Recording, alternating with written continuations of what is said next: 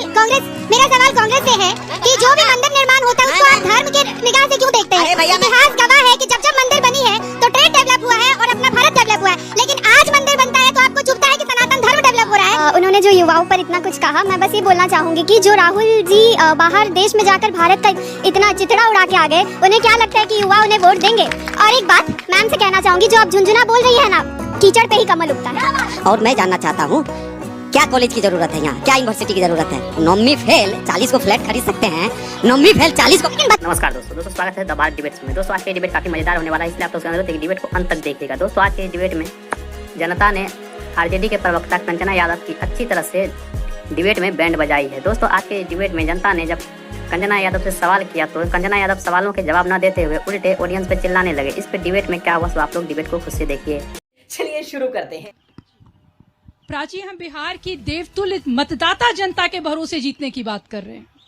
हम उस जागरूक चैतन्य सनातनी राष्ट्रवादी जनता के भरोसे जीतने की बात कर रहे हैं, जो आदरणीय नरेंद्र मोदी जी के नेतृत्व में भू सांस्कृतिक राष्ट्रवाद के धरातल पर खड़ा होकर भारत को विश्व की तीसरी अर्थव्यवस्था बनाने की तरफ अग्रसर है। हम उन नरेंद्र मोदी जी के नेतृत्व में काम करने की बात कर रहे हैं, जो किसी भी वर्ग का जाति का विभेद किए बिना उज्ज्वला लाते हैं, शौचालय लाते हैं और सबको 5 किलो अनाज पहुंचाते हैं और किसान सम्मान निधि देते हैं, ये परवाह किए बिना कि वो किसी जाति का तुष्टीकरण कर रहे हैं या किसी धर्म का। और हम उनकी बदौलत कर रहे हैं जहां बहुसंख्यक को अपने इष्ट की पूजा करने के लिए 500 साल प्रतीक्षा नहीं करनी पड़ती, वो हमें हमारा गौरव लौटाते हैं। और जो हमारे रोम रोम में राम है, जो हमारे जननायक है राम, जो हमारे चरित्र में राम है, उनको वापस लाते हैं। हम उस परंपरा को जीने के लिए आदरणीय नरेंद्र मोदी जी के साथ खड़े हैं, जहां 4 भाइयों में एक भाई वनवास जाता है, दूसरा उसके साथ जाता है, तीसरा पादुका की पूजा करता है, चौथा पादुका की पूजा करने में साथ देता है। हम उस औरंगजेब की परंपरा को आगे नहीं बढ़ने देना चाहते, जहां एक भाई 4 भाइयों का कत्ल कराता है और पिता को जेल में डालता है। तो बिहार की जनता उन लोगों के साथ खड़ी है। यानी आपका राम जी करेंगे बेड़ा पार, मुद्दे नहीं। राम जी ने सबका बेड़ा पार किया है, सबका करना पड़ेगा, तभी तो सोनपुर के मंदिर में जाना पड़ता है। जो तेजस्वी जी कहते हैं मंच से कि मंदिर बना के क्या होगा, और बहन परिवार के साथ जाके दंडवत करना पड़ता है। राम जी के पास तो आखिर में सबको करना ही पड़ेगा। ठीक है कंचना जी, अब दीजिए इस बात का जवाब। राम जी तो उनके साथ है, उन्होंने पहले ही तय कर लिया है। आपका कैसे बेड़ा पार होगा? पिछली बार के दांत खट्टे हैं आपके, इस बार कितनी सीटें जीतेगा? प्राची जी, मैं प्रधानमंत्री नरेंद्र मोदी जी का भाषण रोज सुनती हूँ, क्योंकि वो रोज देते हैं, और इसलिए नहीं सुनती कि वो प्रधानमंत्री हैं, और इसलिए भी नहीं सुनती क्योंकि वो टेलीप्रॉम्प्टर से देखकर बढ़िया बोलते हैं।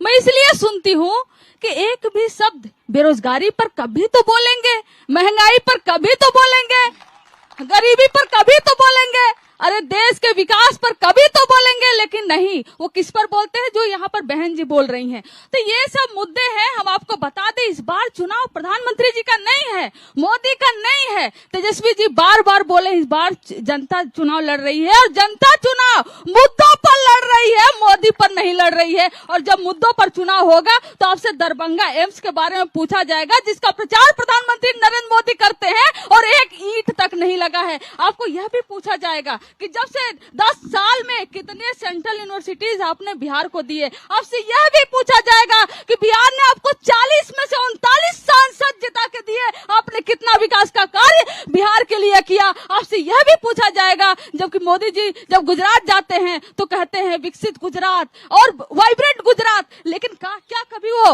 वाइब्रेंट बिहार की बात किए हैं? ये बिहार कि जनता पूछती है कि क्या मोदी जी कभी वाइब्रेंट बिहार की बात किए हैं? क्या मोदी जी कभी ये बोले कि हम बिहार को देश का नंबर 1 राज्य बना देंगे? कभी नहीं बोले हैं। तो इस बार चुनाव मुद्दों पर होगा, चुनाव जनता लड़ रही है, चुनाव मोदी जी नहीं लड़ रहे हैं। ठीक है, मोदी जी के पास तो गुजरात का मॉडल था, आपके पास क्यों नहीं था बिहार का मॉडल? आपको तो बारी बारी से मौका दिया ना बिहार की जनता ने, आप ही गिना दीजिए। चलिए, कितने काम किए आपने बिहार के लिए? मौका है आपके पास। ठीक है, मैं आपको गिना देती हूँ, बताइए। मैं आपको तेजस्वी मॉडल और बिहार मॉडल बताती हूँ। 17 महीने मिले हमारे जो इससे पहले सरकार नहीं थी आपकी।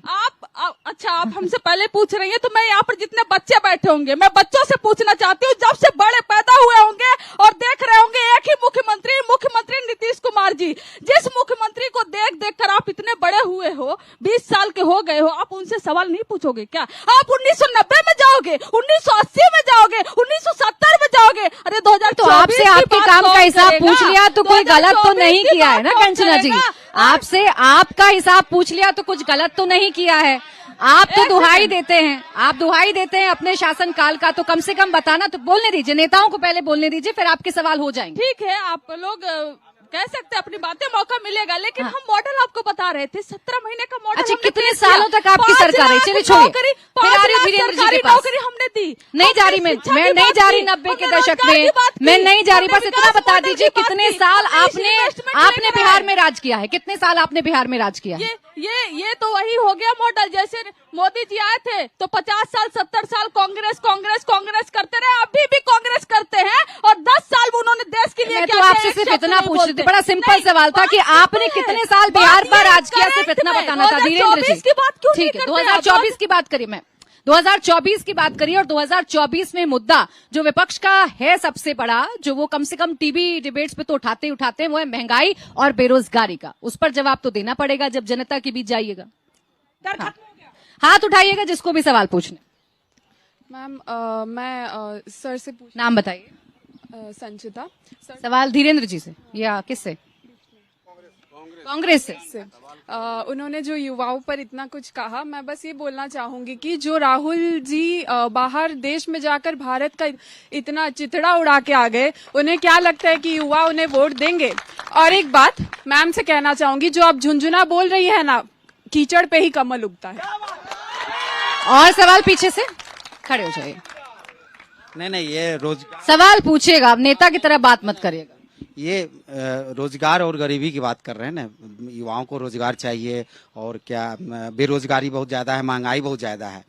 अब इस बिहार में कोई युवा हवाई जहाज में अपना बर्थडे मना रहा है, तो अब उसमें क्या गरीबी है वो बतला दें। वो तो सर्वमान्य नेता हैं, वो सभी को बता दें। 1 मिनट और मैं जानना चाहता हूं, क्या कॉलेज की जरूरत है यहाँ? क्या यूनिवर्सिटी की जरूरत है? 9वीं फेल 40 को फ्लैट खरीद सकते हैं, 9वीं फेल 40 को। लेकिन बच्चों के भविष्य से खिलवाड़ कर दीजिएगा क्या? खड़े हो जाइए।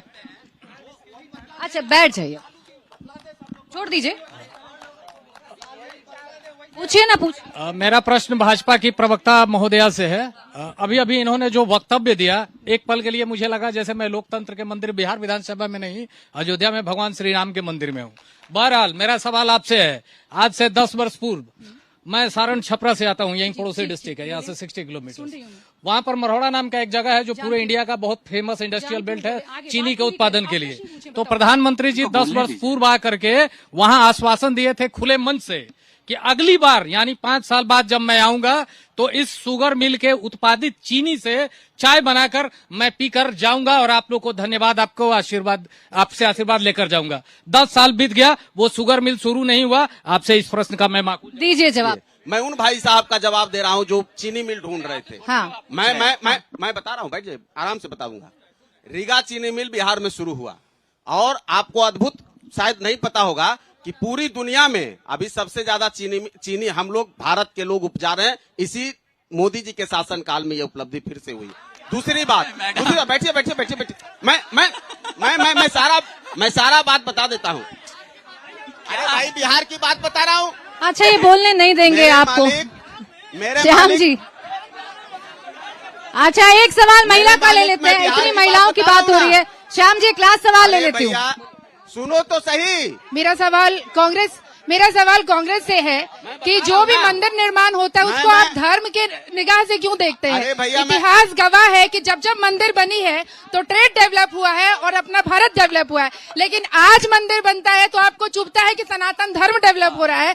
आप इधर से नहीं तो दूसरे पहलू से देखिए कि अगर मंदिर निर्माण हो रहा है तो टूरिज्म डेवलप हो रहा है, संस्कार डेवलप हो रहा है, संस्कृति डेवलप हो रही है। भारत छोटा जवाब दीजिएगा क्योंकि मुझे खत्म करना है। हाँ, अरे हमसे पूछे भाई, नहीं, इनसे सवाल था मेरा, मुझे खत्म करना है, जल्दी से बोलिए। देखिए मैडम, जहाँ पे आप राम की बात कर रहे हैं ना, राम किसी के मोहताज नहीं है, डेवलपमेंट हर किसी का है। जिस राम की आप बात कर रहे हो ना, वो सनातन धर्म है, वो किसी जो कह रहे ना, सुन लीजिए, आपने जवाब दिया मेरे बहुत। अरे भाई, तो दोस्तों आज का ये डिबेट यहीं समाप्त करते हैं। आई होप कि आप लोग को काफी ज्यादा आनंद आया होगा तो एक लाइक एंड चैनल को सब्सक्राइब कीजिए। साथ में आप लोग कमेंट बॉक्स में अपनी राय जरूर लिखें। चलिए मिलते हैं कोई और लेटेस्ट डिबेट वीडियो में, तब तक के लिए जय हिंद, जय भारत, वंदे मातरम।